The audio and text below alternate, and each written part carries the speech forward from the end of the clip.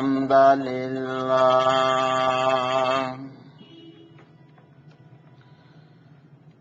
نحمده ونستعينه ونستغفره ونعوذ بالله من شرور أنفسنا ومن سيئات أعمالنا من يهده الله فلا مضل له ومن يضلل فلا هادي له وأشهد أن لا إله إلا الله وحده لا شريك له وأشهد أن محمدا عبده ورسوله أما بعد فإن خير الحديث كتاب الله وخير الهدي هدي محمد صلى الله عليه وسلم وشر الأمور محدثاتها وكل محدثة بدعة وكل بدعة ضلالة وكل ضلالة في النار. يا أيها الذين آمنوا اتقوا الله حق تقاته ولا تموتن إلا وأنتم مسلمون. يا أيها الناس اتقوا ربكم الذي خلقكم من نفس واحدة وخلق منها زوجها وبث منهما رجالا كثيرا ونساء واتقوا الله الذي تساءلون به والأرحام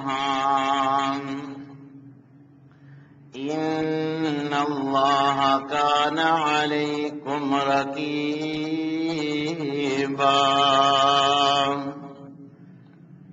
يا أيها الذين آمنوا اتقوا الله وقولوا قولا سديدا يصلح لكم أعمالكم ويغفر لكم ذنوبكم ومن يطع الله ورسوله فقد فاز فوزا عظيما. أما بعد فأعوذ بالله السميع العليم من الشيطان الرجيم من حمده ونفخه ونفسه. بسم الله الرحمن الرحيم. قال الله عز وجل في التنزيل ولكم نصف ما ترك أزواجكم إن لم يكن لهن ولد فإن كان لهن ولد فلكم الربع مما تركن من بعد وصية يوصين بها أو دين ولهن الربع مما تركتم إن لم يكن لكم ولد فإن كان لكم ولد فلهن الثمن مما تركتم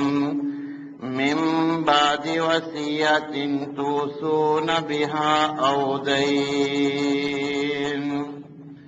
وقال النبي صلى الله عليه وسلم خيركم لأهلي وأنا خير لأهلي. وقال النبي صلى الله عليه وسلم: خياركم خياركم لنسائهم قوا أنفسكم وأهليكم نارا. تمام قسم کی تعریفات مالک العلام ذوالجلال والاکرام وحدہ لا شریک، مالک کائنات اور خالق ارض و سما کے لیے لاکھوں کروڑوں درود و سلام اس ہستی اقدس و مقدس کے اوپر جن کا نام نامی اسم گرامی جناب محمد الرسول اللہ صلی اللہ علیہ وسلم. سامعین محترم، جس طرح ہم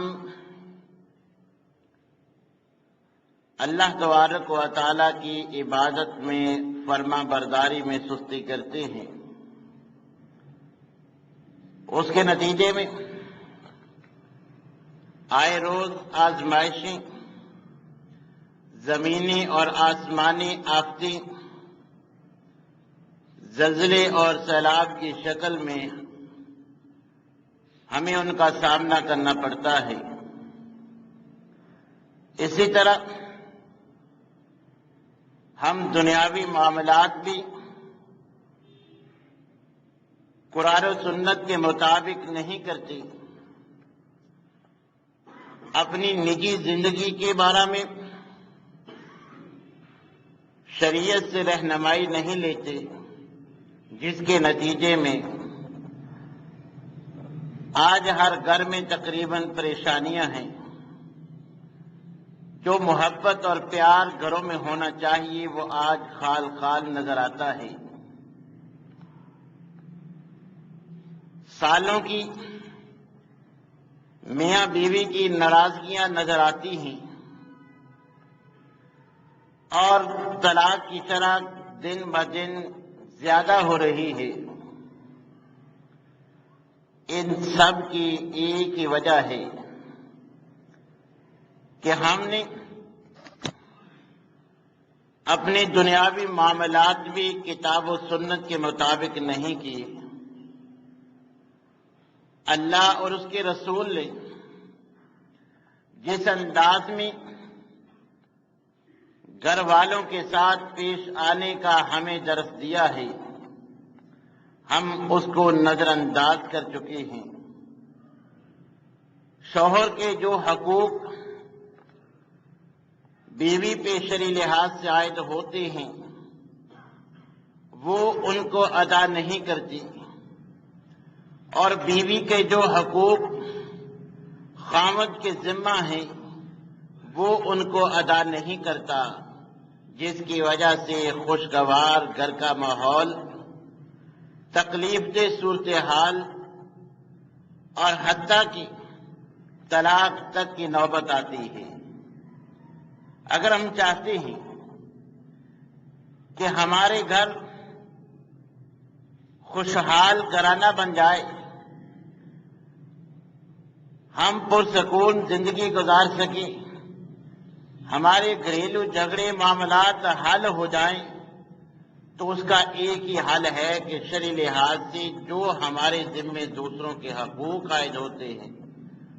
وہ ہم اپنے فرائض احسن انداز میں ادا کریں. جب مرد بیوی کے حقوق ادا کرے گا، بیوی مرد کے حقوق ادا کرے گی، تو خوشگوار ماحول خود بخود پیدا ہو جائے گا. طلاق تو دور کی بات، ناراضگی تک کی نوبت نہیں آئے گی. آج ہم نے کتاب و سنت کو نظر انداز کیا، جس کی وجہ سے صورتحال ہم میں سے ہر انسان کے سامنے ہے کہ اس کے گھریلو معاملات میں کس قدر پیچیدگیاں پیدا ہو چکی ہیں. اللہ تبارک و تعالیٰ نے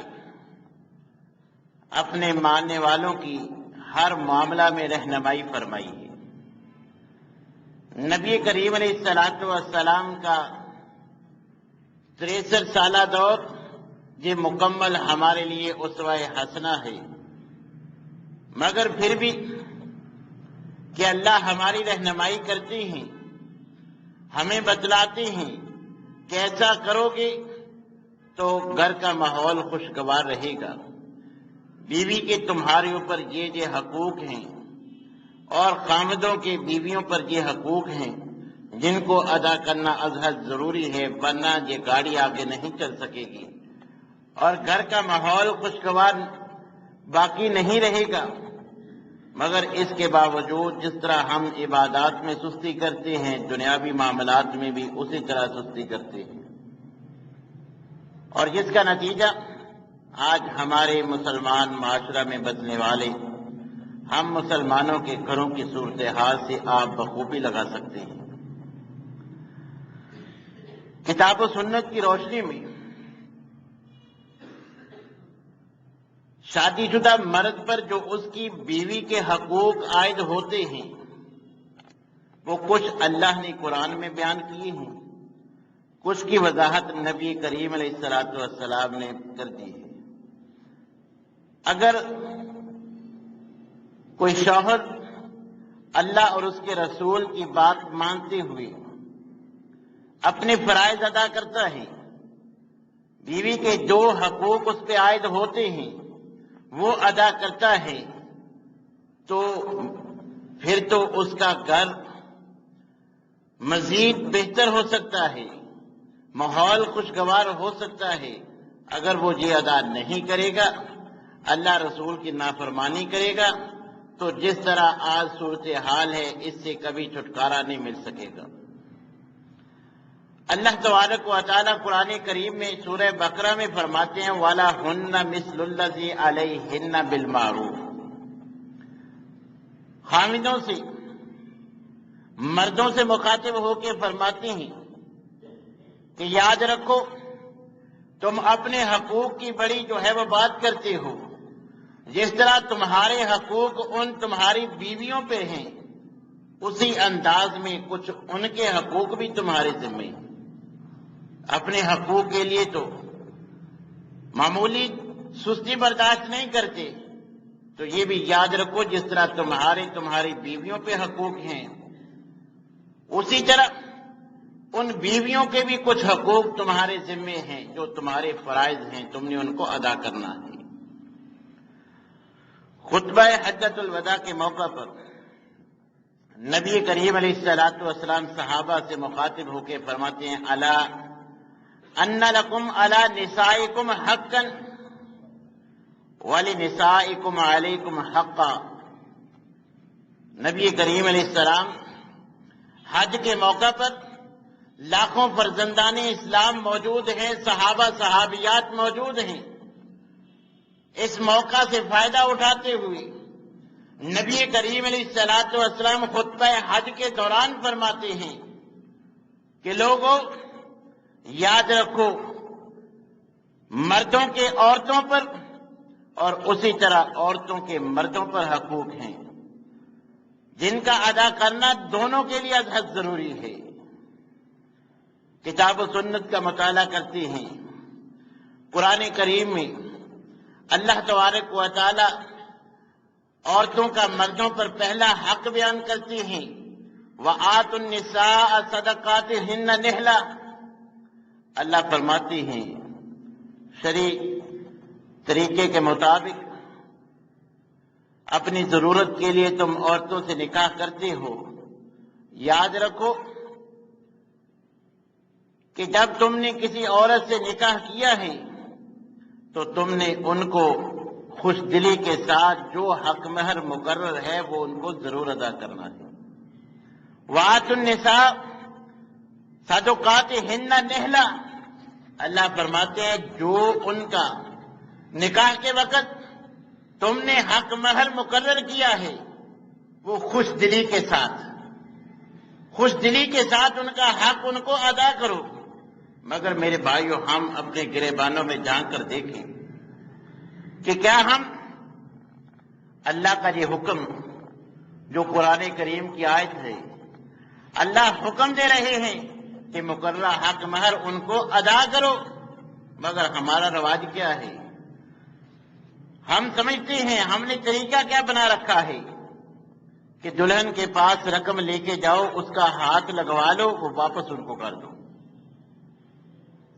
اللہ فرماتے ہیں عورتوں کو تو شرعی لحاظ سے اس لڑکی کا باپ بھی اپنے پاس حق مہر نہیں رکھ سکتا، وہ اس لڑکی ہی کا حق ہے۔ شوہر کیسے رکھ سکتا ہے؟ شوہروں کو تو، مردوں کو تو اللہ حکم دے رہے ہیں وَآتُوا النِّسَاءَ کہ عورتوں کو ان کا حق مہر دو۔ اور حق مہر کی ادائیگی میں بھی ویسے ہم ساری شادی بیاہ کی رسمیں، کوئی ہندوانہ، کوئی یہودیوں جیسا، کوئی سارے جو مہندی پہ لاکھوں خرچ کرتے ہیں، جب حق مہر کی باری آتی ہے تو کہتے ہیں کہ جی جو شرعی حق مہر ہے 32.5 روپے وہ کر دو۔ میرے بھائیوں، کتاب و سنت کے مطالعہ سے یہ بات واضح ہوتی ہے کہ حق مہر کی تعیین، کم سے کم کی تعیین کتاب و سنت میں نہیں ہے، نہ زیادہ سے زیادہ کی کوئی لمٹ ہے۔ مرد کی حیثیت کے مطابق یہ عورت کی عزت ہے، جتنا زیادہ ہوگا عورت کی اتنی زیادہ عزت ہوگی۔ مرد کے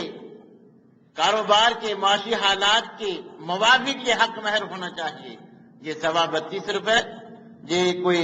اللہ رسول نے طے نہیں کیے، نہ ایسے کوئی دلائل قرآن و حدیث میں ملتے ہیں۔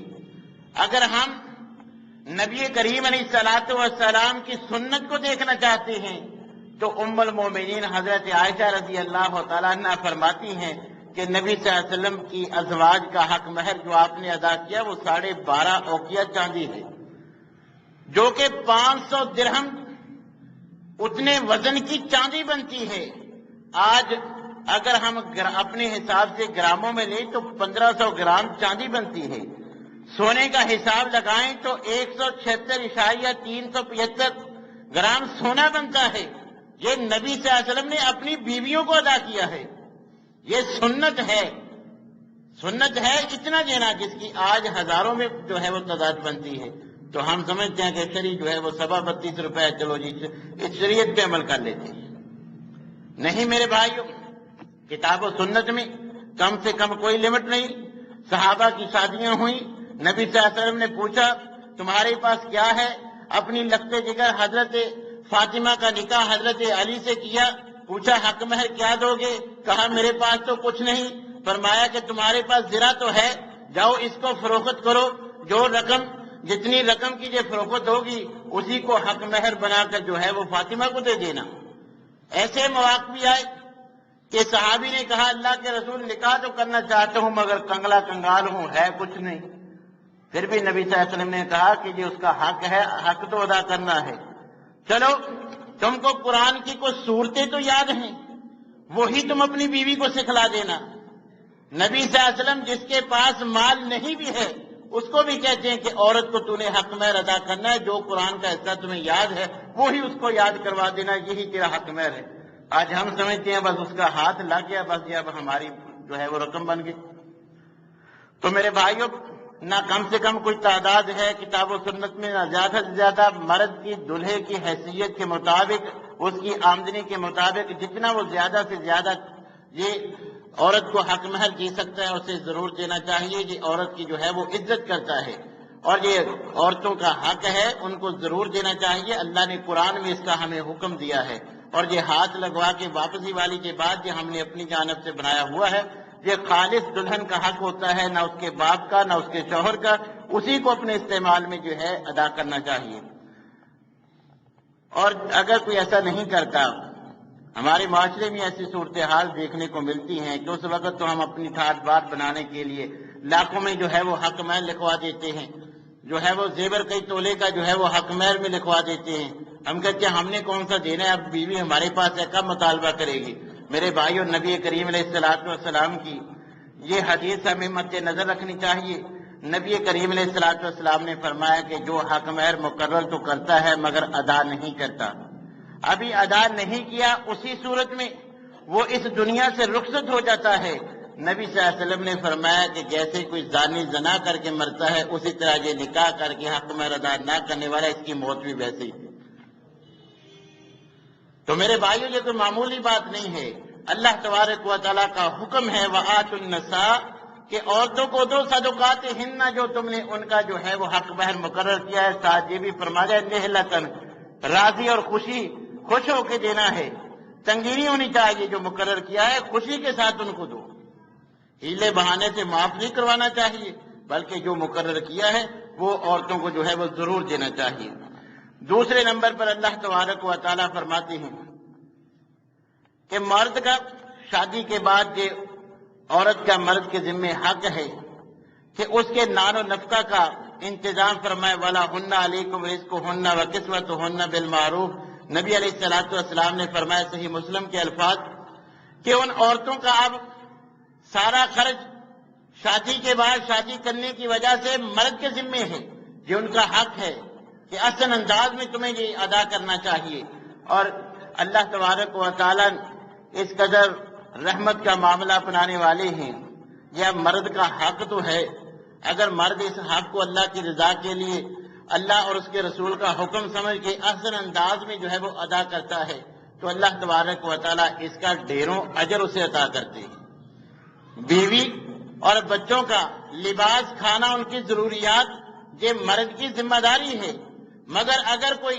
اللہ کا حکم مانتے ہوئے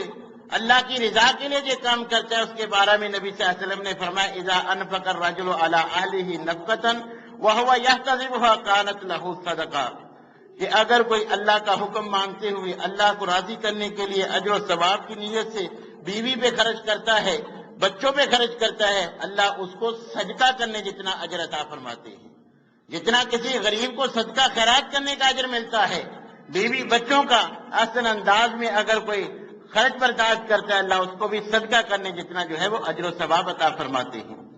تو میرے بھائیو آج ہماری صورتحال کیا ہے کہ ہم اپنی عیاشی پہ جو ہے وہ اپنی آمدن سے زیادہ خرچ کرتے ہیں، مگر ہمارے گھر کی ضروریات جو ہوتی ہیں، جو بیوی بچوں کی ضروریات ہوتی ہیں وہ ہم ادا نہیں کرتے۔ اپنی جیب میں مہنگا سے مہنگا موبائل ہے، مگر بچوں کے پاس پہننے کے لیے جوتا نہیں، سردی سے بچنے کے لیے گرم کپڑے ہم ان کو مہیا نہیں کرتے۔ اور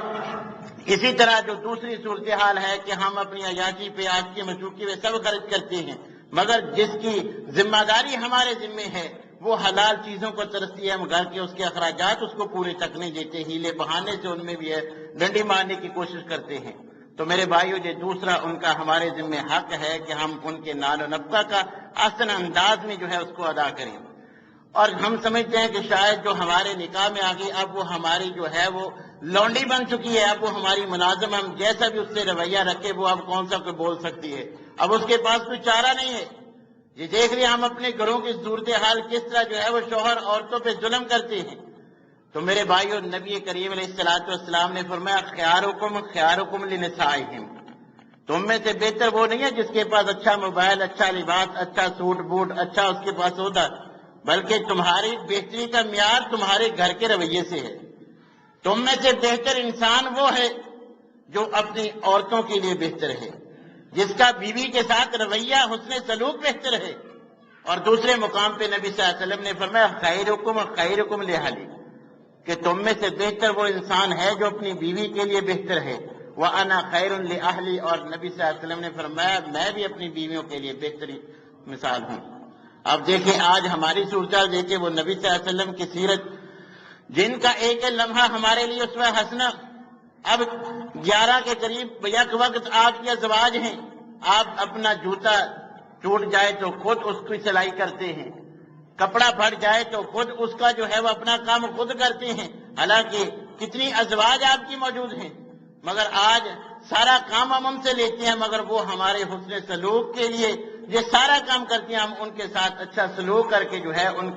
ان کی ڈھارس نہیں بندھاتے، بلکہ ان پہ اور زیادہ جو ہے وہ تان و تشنیع کا ان کو نشانہ بناتے ہیں، جو ان کی نہ اللہ نے اجازت دی ہے نہ نبی کریم علیہ السلام نے۔ اور گھر والوں کے ساتھ اچھا سلوک یہ اسی طرح ہے جس طرح اللہ تبارک و تعالیٰ کی عبادت کرنا۔ اگر کوئی کسی نیک کام میں اتنا مگن ہو جاتا ہے کہ وہ گھر والوں کے حقوق ادا نہیں کرتا، بیوی کو وقت نہیں دیتا، بچوں کے لیے وقت نہیں نکالتا، ایسی عبادت بھی اللہ کو پسند نہیں ہے۔ حضرت عبداللہ بن عمر بن عاص رضی اللہ تعالیٰ عنہ ان کے بارے میں نبی صلی اللہ علیہ وسلم کو بتایا گیا کہ اللہ کے رسول انہوں نے شادی تو کر لی ہے، مگر یہ تو ہر وقت اللہ کی عبادت میں لگے رہتے ہیں، سارا دن روزے کی حالت میں اور ساری رات مصلی پہ جو ہے وہ قیام کی حالت میں، ساری رات اللہ کی عبادت، سارا دن جو ہے وہ روزے کی حالت میں رہتے ہیں، دن رات اللہ کو راضی کرنے میں لگے رہتے ہیں۔ اب دیکھیے روزہ رکھنا اجر و ثواب کا باعث ہے، قیام اللیل کرنا یہ بھی نبی کریم علیہ الصلوۃ والسلام کی سنت بھی ہے، اجر کا باعث ہے، مگر نبی کریم علیہ الصلوۃ والسلام عبداللہ کو بلاتے ہیں۔ عبداللہ بن عمر بن عاص آئے، پوچھا کہ عبداللہ مجھے پتا چلا ہے کہ تمہارا معمول یہ ہے کہ تم مسلسل روزے رکھتے ہو، رات کو عبادت کرتے ہو، نہ رات کو عبادت میں سستی، اس میں بھی کوئی چھٹی نہیں، اور کبھی افطار بھی نہیں کرتے، روزانہ نفلی روزہ رکھتے ہو۔ انہوں نے کہا نیک کام تک، کہا ہاں اللہ کے رسول میں ایسے ہی کرتا ہوں۔ نبی صلی اللہ علیہ وسلم نے فرمایا یہ بہتر طریقہ نہیں ہے، عبداللہ سن لے، تیری آنکھوں کا تجھ پہ حق ہے، آنکھوں کو آرام چاہیے، یہ ان کا حق ہے، یہ تجھے ادا کرنا ہے، اور اسی طرح تیرے جسم کا تیرے ذمہ حق ہے کہ تو اس کو جو خوراک ہے وہ اس کو مہیا کر، اور فرمایا تیری بیوی کا بھی تیرے ذمہ حق ہے، تو اللہ کے حق میں لگا رہے، اپنے جسم کا، آنکھوں کا، بیوی کا حق ادا نہ کرے، کل قیامت کے دن اللہ تبارک و تعالیٰ تجھ سے اس بارے میں بات پرس کریں گے کہ تو نے اس کا حق کیوں ادا نہیں کیا، اپنے جسم کا حق ادا کیوں نہیں کیا، آنکھوں کا حق ادا کیوں نہیں کیا، بچوں کا، بیوی کا حق ادا کیوں نہیں کیا۔ اللہ کے پاک پیغمبر فرماتے ہیں کلکم رائن و کلکم مسئول عن رعیتہ، یاد رکھ جو بھی کسی پہ مسئول مقرر ہے اس کے بارے میں کل قیامت کے دن اللہ تبارک و تعالیٰ اس سے بات پرس ضرور کریں گے۔ جو مالک ہے، نوکروں اس کے تابع ہیں، اس سے بھی سوال ہوگا تو نے ان کا حق ادا کیا، جتنی انہوں نے محنت کی اتنی مزدوری ان کو ادا کی، ان کے حقوق ادا کیے، اور جو گھر کا سربراہ ہے اس سے بھی کل قیامت کے دن سوال ہوگا، جو تیرے ماتحت تھے ان کے تو نے حقوق ادا کیے۔ لہذا نبی صلی اللہ علیہ وسلم نے ان سے کہا کہ تم ایسا نہ کرو، افطار روزہ افطار کیا کرو، رات کو عبادت بھی کرو، اور ساتھ اپنی بیوی کے لیے بھی وقت نکالو، سونے کے لیے اپنے جسم کے لیے بھی جو ہے یہ سارے ان کے بھی جو ہے وہ حقوق ادا کرو۔ اسی طرح دوسری روایت میں حضرت سلمان اور حضرت ابو درداء رضوان اللہ علیہم اجمعین، ان دونوں کو ہجرت کے بعد نبی صلی اللہ علیہ وسلم نے ایک دوسرے کا بھائی بنا دیا۔ حضرت سلمان حضرت ابو درداء کے گھر گئے، بیوی کی کنڈیشن دیکھ کے پوچھا کہ تم میرے بھائی کے لیے کوئی خاص اہتمام نہیں کرتی؟ انہوں نے کہا تمہارے بھائی کو میری ضرورت ہی نہیں ہے، وہ تو دن رات بس اللہ اللہ میں لگے رہتے ہیں،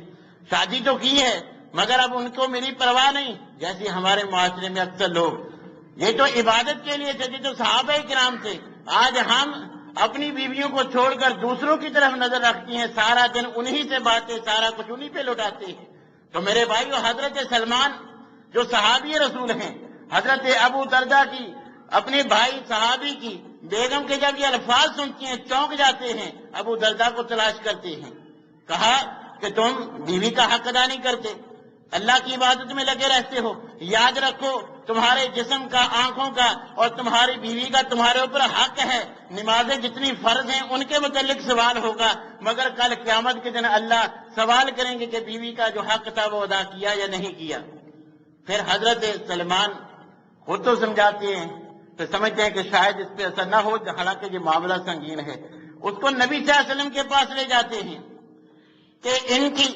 بیوی کے یہ تاثرات ہیں کہ اس کو میری ضرورت ہی نہیں ہے، میں اس کے لیے کیوں بناؤ سنگار کروں، وہ تو روزے میں عبادت میں مگر رہتا ہے۔ تو نبی کریم علیہ السلام فرماتے ہیں کہ سادہ کا سلمان، ابو درجہ جو تجھے سلمان نے کہا ہے بالکل سچ کہا ہے، اللہ کی عبادت بھی تیرے ذمہ حق ہے، بیوی کا بھی تیرے ذمہ حق ہے، تیرے جسم کا بھی تیرے ذمہ حق ہے، لہذا اللہ کے حق کے ساتھ ساتھ باقی بھی حقوق ادا کر۔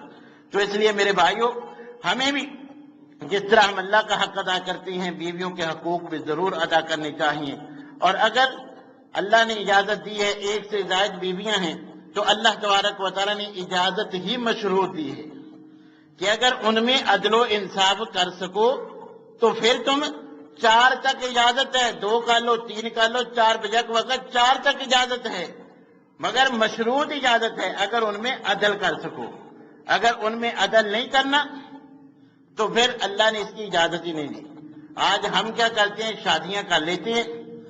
جو نئی شادی کرتے ہیں اس کے بعد کے لیے تو ہمارے پاس وقت ہے، پہلی کے لیے ہمارے پاس وقت ہی نہیں ہوتا۔ یاد رکھو اجازت ہے، مگر جو عدل نہیں کرتا اس کے لیے اجازت نہیں، جو پھر بھی کرنے کے پہلے تو کہتا ہے کہ میں عدل کروں گا مگر بعد میں سستی کرتا ہے، ایسے انسان کا ٹھکانہ نہ صرف جہنم ہے بلکہ نبی صلی اللہ علیہ وسلم وعید بھی فرمائی ہے، شادیاں تو ایک سے زائد کرتا ہے مگر ان میں عدل نہیں کرتا، کل قیامت کے دن اللہ کے سامنے اس حال میں پیش ہوگا کہ اس کا ایک حصہ ہی مفلوج ہوگا، یعنی ابھی اس کا حساب کتاب ہونا، سزا بعد میں ملنی ہے، مگر اگر بیوی میں انہوں نے عدل نہیں کیا تو اللہ قبر سے اٹھاتے ہی اسے عذاب میں گرفتار کر دیں گے، وہ انسان جنت میں کیسے جا سکتا ہے؟ ابھی اس سے بات پرس تو کرنی ہے کہ ایسا کیوں کیا، ابھی اللہ کے سامنے اس انداز میں آ رہا ہے کہ آدھا اس کا دھڑ ہی جو ہے وہ مفلوج ہو چکا ہے، کیوں کہ اس نے شادیاں تو ایک سے زائد کی ہیں مگر دونوں میں مساوات نہیں رکھی، دونوں میں عدل نہیں کیا، عدل و انصاف نہیں کیا، اللہ نے مشروط اجازت دی تھی، انہوں نے کر تو لی مگر شرط پوری نہ کی، تو اس لیے میرے بھائیو ہمیں بھی اگر ایک سے زائد ہم شادیاں کرتی ہیں تو ان میں عدل و انصاف جو ہے وہ ضرور کرنا چاہیے۔ اسی طرح مردوں کے اوپر عورتوں کا یہ حق ہے کہ اگر نکاح کے وقت کوئی جائز شرائط طے ہوئی ہیں ان کا جو ہے وہ ضرور ادا کرے، کیونکہ وہ ایک معاہدہ ہے، جو نکاح کے وقت شرائط عورت کی جانب سے ان کے اولیاء نے رکھی ہیں، یہ مرد کے اوپر حق ہے کہ ان تمام شرائط کو پورا کرے اگر وہ کتاب و سنت کے مطابق ہیں، اگر کتاب و سنت کے مطابق نہیں ہے تو شرعی لحاظ سے وہ جتنی بھی جو ہے وہ شرائط ہوں گی وہ کل عدم اور باطل ہو جائیں گی۔ مثال کے طور پہ اللہ نے حق دیا ہے مرد کو اگر اسے پسند نہیں ہے تو طلاق دے دے، نکاح نامے پہ کوئی شرط لکھوا دیتا ہے کہ آپ اس کو طلاق نہیں دے ہوئے، یہ شرعی لحاظ سے جائز نہیں ہے کیونکہ اللہ نے اس کو حق دیا ہے، اب اس کا حق بنتا ہے اگر پسند نہ ہوگی تو وہ طلاق دے دے گا، اس کو اس کے حقوق حسن انداز میں ادا کرنے چاہیے۔ ایسی اگر کوئی غیر شرعی شرط ہے نکاح نامے پہ وہ تو پوری نہیں کی جائے گی، مگر جو شرعی لحاظ سے جائز ہیں، جو جائز شرعی لحاظ سے شرطیں نکاح کے وقت جو ہے وہ مقرر کی ہوئی ہیں، وہ خامد کو چاہیے کہ وہ احسن انداز میں ان کو پورا کرے۔ اور سب سے زیادہ سستی جو آج ہمارے گھروں کے ماحول کو خراب کرنے والی ہے وہ یہ ہے جس کے نبی کریم علیہ السلام نے منع فرمایا ہے، ایسے ملعون اور دیوس انسان سے جو ہے اللہ تعالیٰ اس کو ناپسند کرتا ہے، وہ کیا ہے کہ بیوی کو خامد کے اور خامد کو بیوی کے راز والی باتیں دوسروں کو نہیں بتانی چاہیے، مگر آج ہم کیا کرتے ہیں کہ پہلی ہی رات کی ساری جو ہے وہ داستان ہم دوستوں کو سناتے ہیں۔ نبی کریم علیہ السلام نے فرمایا کہ کل قیامت کے دن سارے مردوں میں سے بدترین اللہ کو سب سے برا وہ آدمی لگے گا جو اپنی بیوی کی راز کی باتیں دوسروں کو بتائے گا، اور عورتوں میں سے بھی نبی صلی اللہ علیہ وسلم نے فرمایا کل قیامت کے دن اللہ کے نزدیک سب سے بدترین عورت وہ ہوگی جو اپنے خامد کی راز کی باتیں دوسریوں کو بتاؤ گی۔ تو اس لیے میرے بھائیو میاں بیوی کا یہ جو رشتہ ہے اس میں جو راز کی باتیں ہوتی ہیں وہ دوستوں کے ساتھ شیئر کرنے کا ہمارا دین اس کی اجازت نہیں دیتا۔ اگر کوئی ایسا کرے گا، کوئی ایسا کرتا ہے تو اس کو اللہ سے استغفار کرنا چاہیے۔ اسی وجہ سے تو آج گھروں کا ماحول جو ہے وہ بدتر ہو چکا ہے کہ ہم ایک دوسرے کو راز کی باتیں بتاتے ہیں، وہ آگے چلتی چلتی جو ہے وہ حتیٰ کہ طلاق تک کی جو ہے وہ نوبت آ جاتی ہے۔ تو شرعی لحاظ سے اللہ تبارک و تعالیٰ نے اور نبی کریم علیہ السلام نے مرد کو اور عورت کو پابند کیا ہے کہ مرد عورت کی راز کی باتیں اور عورت مرد کی راز کی باتیں کسی نہ کو نہ بتائے، اگر کوئی بتائے گا تو اللہ کی نظر میں وہ بدترین جو ہے وہ انسان ہوگا۔ قرآن میں اللہ نے کیا فرمایا؟ ہن لباس لکم وانتم لباس لہن، عورتیں تمہارا لباس اور تم ان کا لباس ہو۔ لباس کا کام کیا ہوتا ہے؟ اگر جسم پہ بالفرض کوئی عیب ہے بھی اس کو ڈھانپ لے، جسم کے عیب چھپانے کے لیے، جسم چھپانے کے لیے تو ہم لباس استعمال کرتے ہیں۔ تو اللہ نے کیا فرمایا کہ مرد عورت کا لباس ہے، اس نے اس کو چھپانا ہے، اس کو ظاہر نہیں کرنا۔ اور اسی طرح فرمایا کہ عورت کے لیے مرد بھی جو ہے وہ لباس کی مانند ہے، جو عورت نے مرد کے جو ہے وہ راز کی باتیں نہیں بتانی، اس کو ننگا نہیں کرنا، اور مرد کا بھی یہ کام ہے کہ وہ بھی عورت کے راز کی باتیں جو ہے وہ کسی کے ساتھ شیئر نہ کرے۔ ہمارا دین اس کی اجازت نہیں دیتا، لہذا ہمیں مکمل طور پر اس پر جو ہے وہ ضرور عمل کرنا چاہیے۔ اسی طرح شرعی لحاظ سے وراثت کا جو مسئلہ ہے، ویسے تو وراثت کے باقی مسائل کا بھی ہمیں علم ہونا چاہیے، انشاءاللہ العزیز وقت آنے پر اس پر تفصیلی گفتگو کروں گا۔ تو بہرحال خامد اور بیوی، قرآن کریم میں اللہ تبارک و تعالیٰ نے وراثت کے مسائل بیان فرمائے ہیں۔ سورہ النساء کی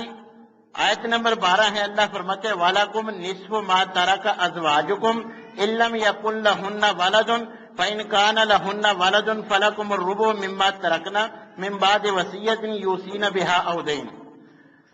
اور اسی سے اگلے الفاظ، اگر مرد فوت ہو جاتا ہے،